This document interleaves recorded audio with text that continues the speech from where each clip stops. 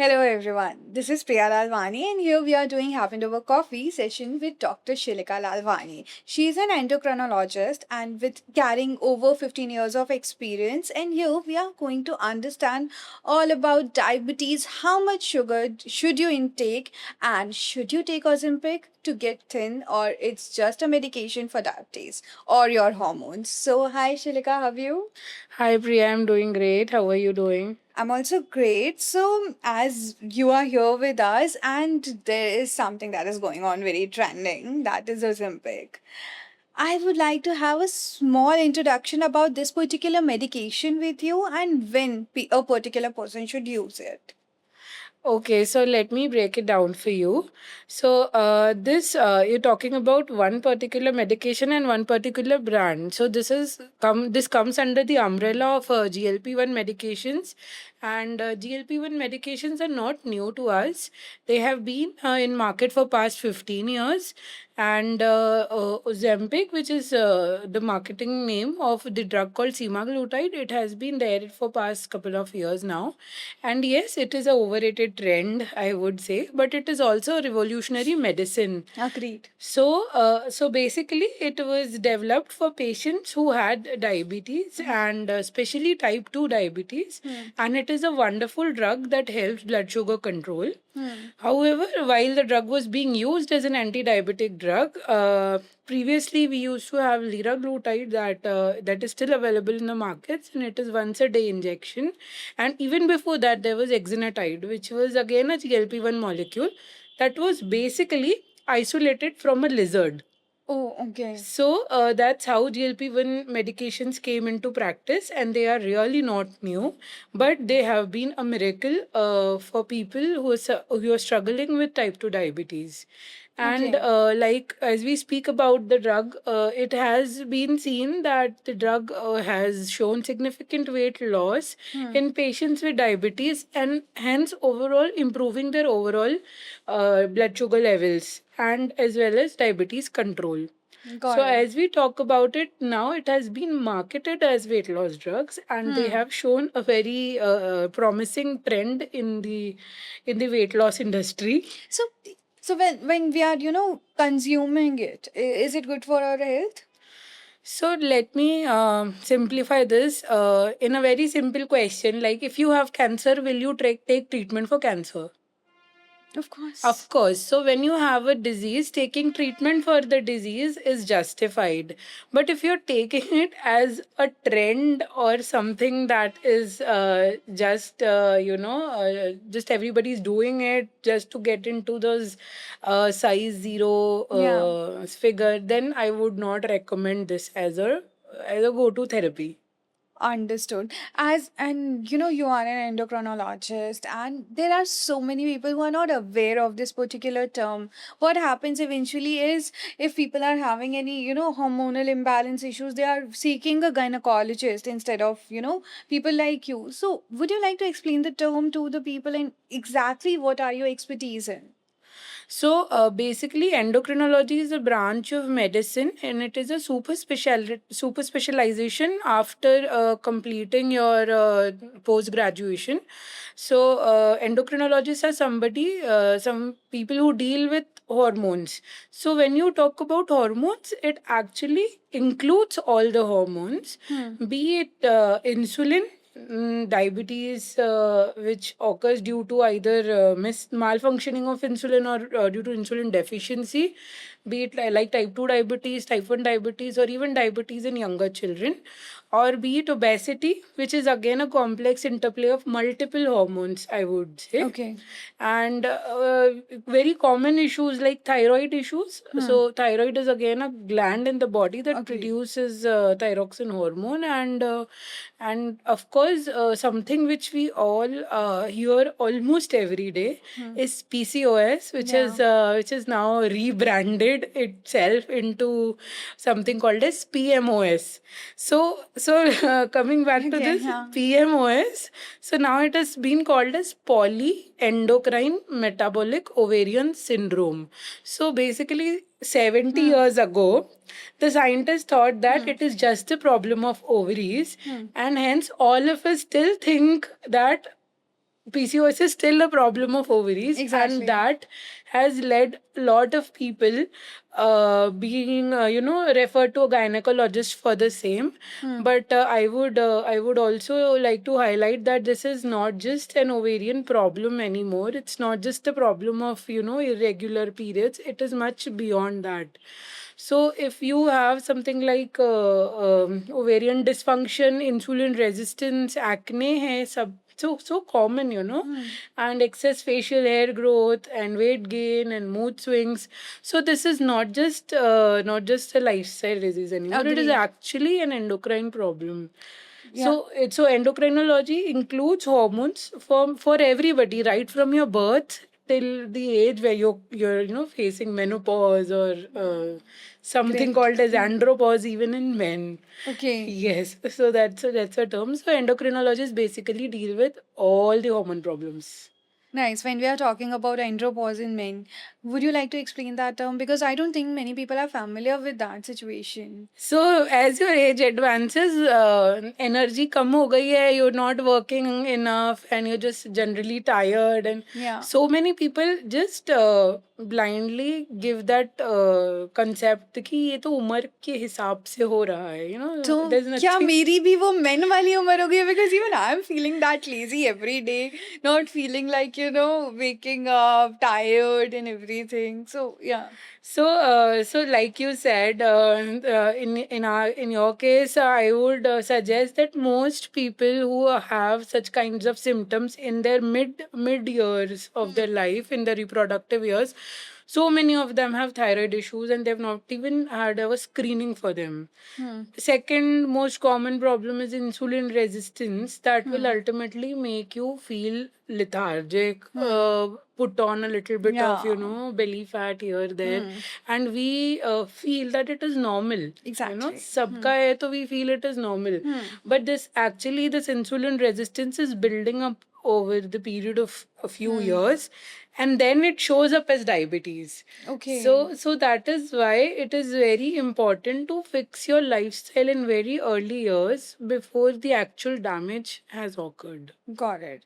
And when we talk about PCOS, in which you are saying PMOS, it has become PMOS, right? Yes, Yeah. PMOS. So, what exactly, like, people say that it can be cured after marriage, and it is clearly evident that after marriage, what is that one thing that we are doing? It is majorly because, after sex, we are getting it cured. So, is it truth or a myth? I think it's a pure mythology. Okay. So if you don't have a medicine for something and a young girl walks in with these endocrine issues and you don't have any solution for it and you're just handing her over a biodata Yeah. from something like just get married. Yeah. So this is actually a myth. So when we are saying about it कि हाँ we are giving a biodata to a kid कि यार चलो ठीक है शादी करनी है करवा देते हैं. Now when we are talking about it all, is it actually curable, the entire disease? So, like we understand, it's a metabolic disease that is actually building up in your body over the period of years. So, fixing your lifestyles will give you a substantial amount of what we could call as a remission to the disease. Agreed. So, there is nothing called as reversal. So, if somebody is selling you कि मैं आपका diabetes reverse कर रहा हूँ, PCOS reverse कर रहा हूँ और thyroid reverse कर रहा हूँ, these are pure marketing gimmicks, and they are not actually worth the hype that they are facing. So, as what happens is, if you are fixing your lifestyle for a while, then it actually reverse it itself, right? Because I have seen among a lot many people who have, started getting a better lifestyle. They have kept, becoming better with their cycles and everything. So does it happen? And when as soon as you shift back to your previous and not so regular lifestyle, and it again like not so a regular disciplined situation, then it again hits back. Yes, so that is why I use the term remission and Yeah. not reversal. Yeah. So by the term remission, it means that you are controlling the disease well within its limits without the need of any medicine to Okay. assist it. So basically, we are a generation who is, at the peak of their cortisol levels, chronically high stress, leading to chronically high levels of cortisol. And, this stress is actually a hormone trigger and multiple, sleepless nights Of course. that comes a longer way, and ultra processed junk food, I would say, and so less of the movement in our everyday lives. Got So it. we are being hit by all our lifestyle factors from all the directions. Yeah. And then we are expecting to have a normal hormonal rhythm in our body. Exactly. So that is the biggest fallacy in all the treatment modalities and all the quick fixes that they're offering, because they're not targeting your lifestyle.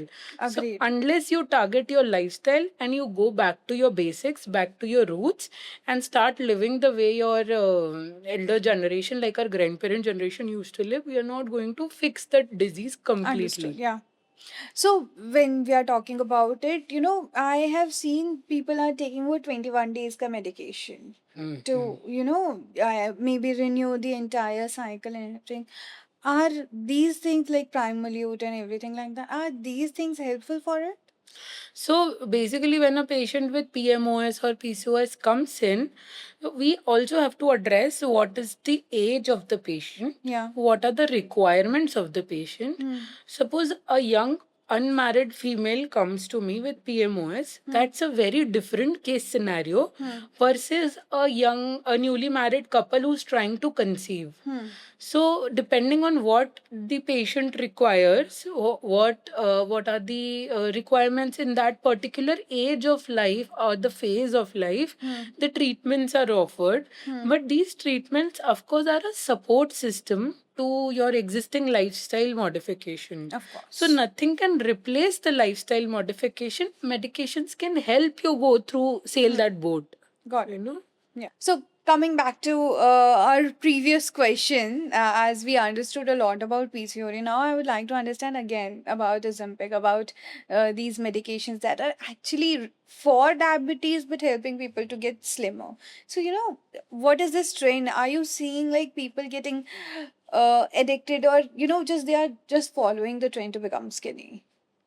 So basically, we are rebranding size zero as metabolic health. Yeah. So if you are consistently, wanting to use these medications just for aesthetic concerns, I would suggest this is just a trend. Don't fall for it, because this is an overrated Yeah. solution.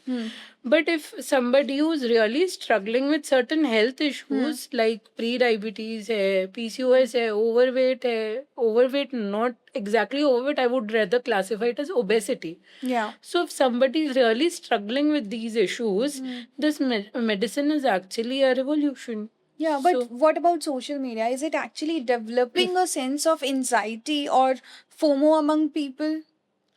So I feel it's not the social media that is developing the sense of anxiety. It is just a 24/7 broadcast channel for it. Yeah. So the body image issues were already in place that the social media is now, promoting, and it's just a.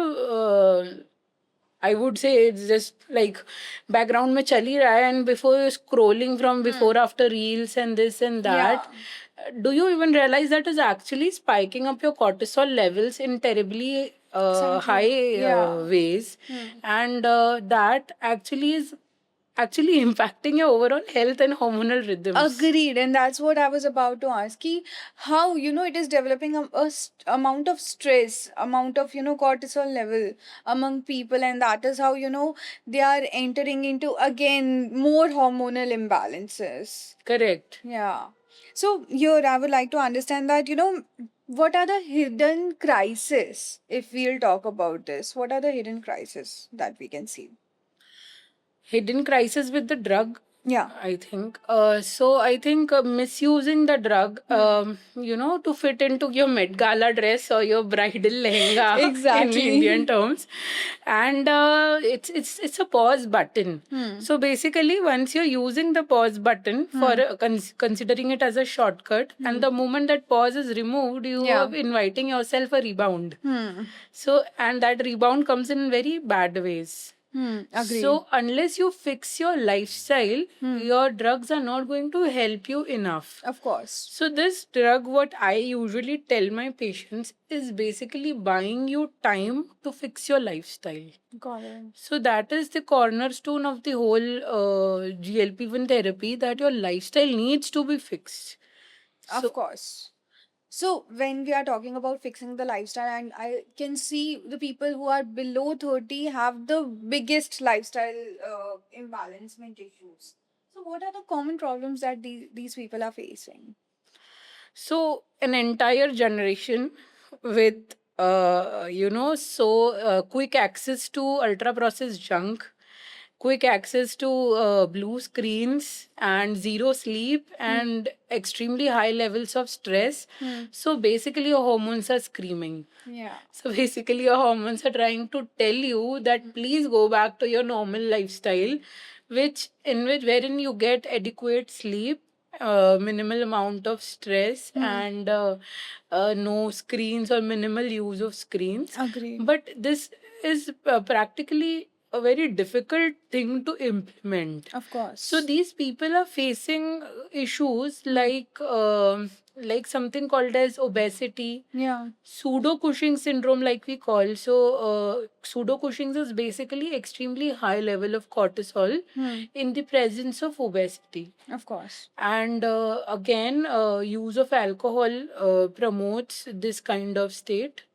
Thyroid issues have become increasingly common, and PMOS is again on the verge of explosion. It's like the Totally. next epidemic. Totally. Obesity is the current epidemic.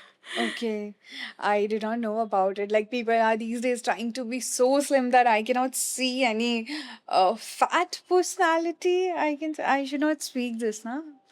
No, I just feel that obesity is being under recognized as a disease. Okay. And you have to understand that it is a very common issue that people are facing. And there is medical help available for it as long as you're ready to fix your lifestyle. Got it.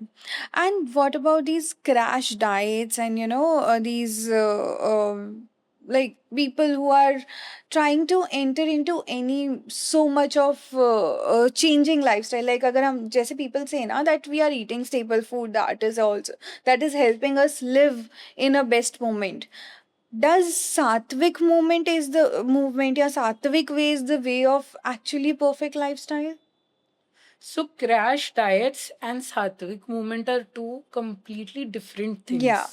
So when you talk about diets like Atkins, or diets like keto diet, Yeah. and other diets which are actually crash diets, so basically what you do is starve your body from essential nutrients, and then body reacts. Of course. So the way it reacts is just like any other sensible organ would react. It will start storing all the energy that it is getting in the form of fat. Got it. So basically, your body is into a fat storing mode, Yeah. and your metabolism is drastically lowered. Of course. So your body actually outsmarted you. Exactly. Yeah. So you were trying to lose weight, so you lose a couple of kgs and maybe a few 5-6 kgs, and then your weight is plateaued. Agree. And then you're not able to lose further. Yeah. Because now your body is into the energy saving mode. Exactly. Huh? Because in the process of this crash dieting, you were losing your muscle mass. So your body doesn't want to do that.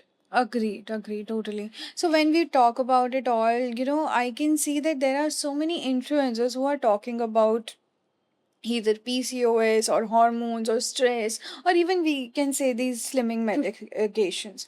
So what's your take on it? Are they actually misleading it, or they are trying to give some sort of information, or what's your take on it? So basically, some influencers, I would say, are actually practicing medicine without a license, with a better lighting, with a better glowing skin in that lighting, and 2 million followers. Yeah. So once they have that credibility on Yeah. their account, it becomes much easier to trust them Agreed. versus a doctor who has been reading textbooks for like 15 years and trying Exactly. to help you with your life. So if you are blindly believing an influencer, I would suggest please check their medical degrees before you trust somebody. Of course. And of course, medical science is not something that you can learn over a period of 2 months or something like Totally. that. Like I can see we have a lot many, criterias on financial influencers who are, asking people to spend any money. So there are so many rules and guidelines for them, but we do not have any rules and guidelines for the people who are recommending things related to medications and everything. So I totally do believe that there should be some guideline for that too. So when we talk about, when they are already slim enough and they are, getting paid to promote a particular medication. Again, we are talking about Ozempic. So is weight loss is the situation that, Ozempic should be considered as a prescription for them? So now with the latest DCGI guidelines, Ozempic is a prescription medicine. One thing. Second, the prescriber also should be an endocrinologist Okay. or a general physician for that matter. Considering the number of endocrinologists in our countries is a very less number Got it, huh? versus the people who require it. So a bare minimum of a physician, but on a better side an endocrinologist. Got it. Beyond that, every other prescription is still not a medical legally compliant prescription. Yeah. So imagine the number of people that are using it over the counter, and imagine what would happen if God forbid, some health crisis occurs with them. See, as we have been understanding the fact that, many celebrities are using it. Like we know Kusha Kapila, Ram Kapoor, even we are hearing that even Karan Johar has been using it. So is it actually, do we have any side effects of it? So, like I said, कि medically indicated है तो लेना चाहिए. And once you're taking a prescription medicine with a medical indication, of course that makes sense. But if you're just doing it for the fad, you'll become a joke. Exactly. Then you'll have Agreed. Ozempic faces. Yeah. And they have a huge medical team backing them up. Unfortunately, you do not have that kind of Exactly, medical backup. yeah. So if something happens, you don't have a doctor who is going to take care of you if you have taken it in an unsupervised manner. Of course. And when we are talking about, like modern age, modern era, I believe the natural hormones that are actually getting, emerged here, are they like even possible to happen in this era?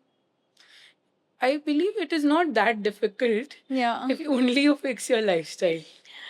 Agreed. Huh? I know it is easier said than done, but assessing your sleep quality, your sleep timings, and following simple things that usually are, told to us by our parents or even our grandparents. घर का खाना खाओ. How difficult is it to Exactly, carry yeah. your water bottle or your tiffin box with you? And most of the people of younger generations are too ashamed to do that. Totally. So, I understand. so they yeah. would want a pricey salad with a lot of dressings that contains a lot of sugar in it or preservatives in it, in the terms of fancy eating rather than carrying घर की रोटी सब्जी. Agreed. Even I believe कि हम खुद ऐसा करते हैं ना, तो how can we ask a coming generation to actually follow the basic khana? So So yeah. it is not that difficult, but it can be achieved. Agreed. And what is that harsh truth that you would like to tell people who are actually willing to undergo weight loss? So I would, and this might sound very controversial, that eat less, move more is not going to work. Okay. So that might be a good advice in a generation where no other confounding factors were present. Yeah. I know, but in today's generation, we have to also look and have a very honest conversation with the patient that what are your goals, what are we trying to achieve, and why is it important to lose weight, and what are the everyday life fixes that you're willing to make, and the changes that you're willing to make in your life to achieve that level of fitness in your everyday life. Hmm. Yeah. So, any advice for a diabetic patient? So the best advice is it's not just your blood sugar levels. It's also other factors that compromise that consists your consist of your overall health, Agree. like Yeah. your blood pressure, your everyday meals, your cycles, your exercise routines, and all those things. And most importantly, if you are a diabetic, get each and every family member of yours to be tested for diabetes. Okay. And any precautions for thyroid patients? For hypothyroidism, I would just tell that it's not always your laziness. You know, Yeah. half of the India has it. Half of them doesn't. They don't even know that they have hypothyroidism. Yeah. And the ones they do, they just blame things on laziness है, nature ही ऐसा है, and head fall तो हो रहा है, and things like that. So take a proper endocrine consultation if you are facing any symptoms like this. Don't self-medicate yourself. Exactly. And don't stop taking medications once you're feeling okay. सर्दी खांसी जुकाम नहीं है कि 5 दिन tablet लिया and you're good to go.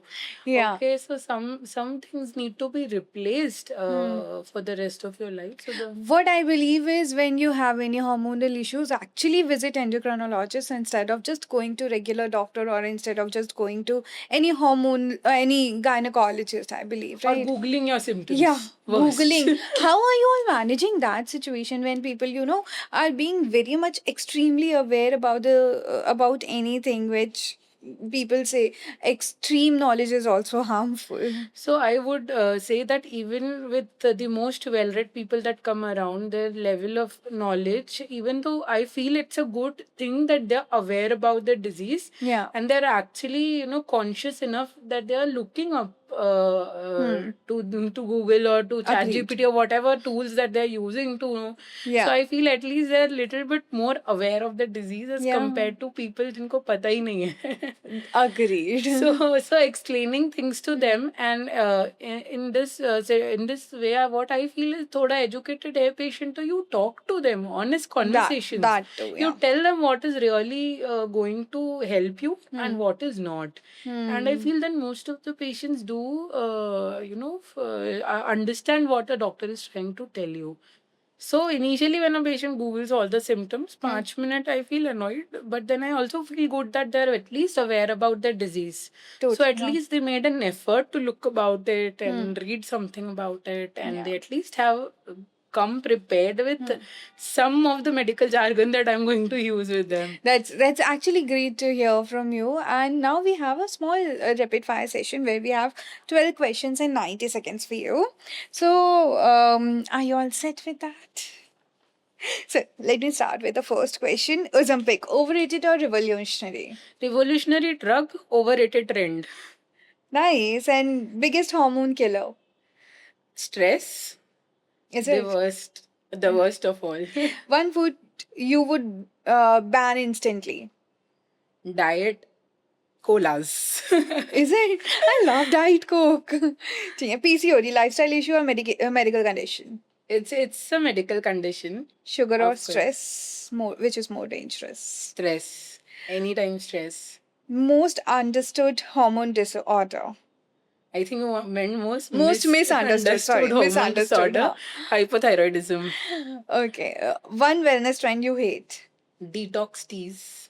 Because your liver is anyways detoxing your body. You don't need a fancy 2,000 rupee label and a cute label detox tea to detox your liver. Nice. And morning walks or gym? Morning walks. Because cortisol is very high in the morning hours, and a brutal gym session would just kill your cortisol spike. Okay. Biggest weight loss myth. Eat less, move more. That is the biggest Sleep. myth. Sleep or diet? More important. Sleep. Why? A beauty sleep. Because irregular sleep cycle can actually mess with your diet and hunger hormones very badly. So Got even one night of lost sleep does a disaster to your body. How many hours of sleep in a day? 8 hours, I believe. Nice. One blood test everyone should do yearly. Fasting insulin. Most underutilized test, I feel. Not even blood sugar. Of course, blood sugar, most people know that we should get it tested. Yeah. But fasting insulin tells you whether you've started developing insulin resistance. Your most controversial health opinion. BMI is actually medical astrology. Okay. So you feel BMI will tell you everything, but we have it tells actually nothing about your body, and we have actually built entire medical protocol around BMI. Okay. So I feel that Tea, coffee, or green tea for surviving hectic clinic day. a black coffee before 4 p.m. One health habit you wish everyone should follow. I feel regularly visiting your doctor with your annual blood reports. Okay. Most Google symptom patients panic about unnecessarily. PCOS, I feel. Cheat meal you never say no to. Pani puri. Because it's a flavor bomb. Okay. Suddenly enlightens my senses. Yeah. And sleep early or scroll endlessly at night. Of course, sleep early. One fitness trend you secretly dislike. Detox teas. Of course. It's we spoke about. Most common excuse patients give for not exercising. Time ही नहीं मिलता, madam. So me. One word your patient would use to describe you. I think patients tell me that I'm very relatable to them. So very approachable. Nice. And describe your personality in just 3 words that should be non-medicals. Happy-go-lucky. Yeah. And a loving mother. And I think some bit of me is artistic. Nice. That's amazing round of session with you. I think I included everything, but if you would like to add up something. I would just give one message to everybody is first and foremost, know what is happening with your body, listen to your symptoms, and then choose an appropriate doctor to Agreed. address your symptoms. Yeah. And if you don't reach the proper person, you might end up feeling that nobody is listening to me and my problems are not being addressed. Agreed. So if your problems are not being solved, don't just ignore it in the name of age and normalize things which are not normal. Yeah. And of course, visit a specialist to see whether something can be fixed. Agreed, totally. And that's a really good message for our audience. And that's all from our end. Thank you for, giving so much of good opinions and educating our audience. Thank you so much for having me.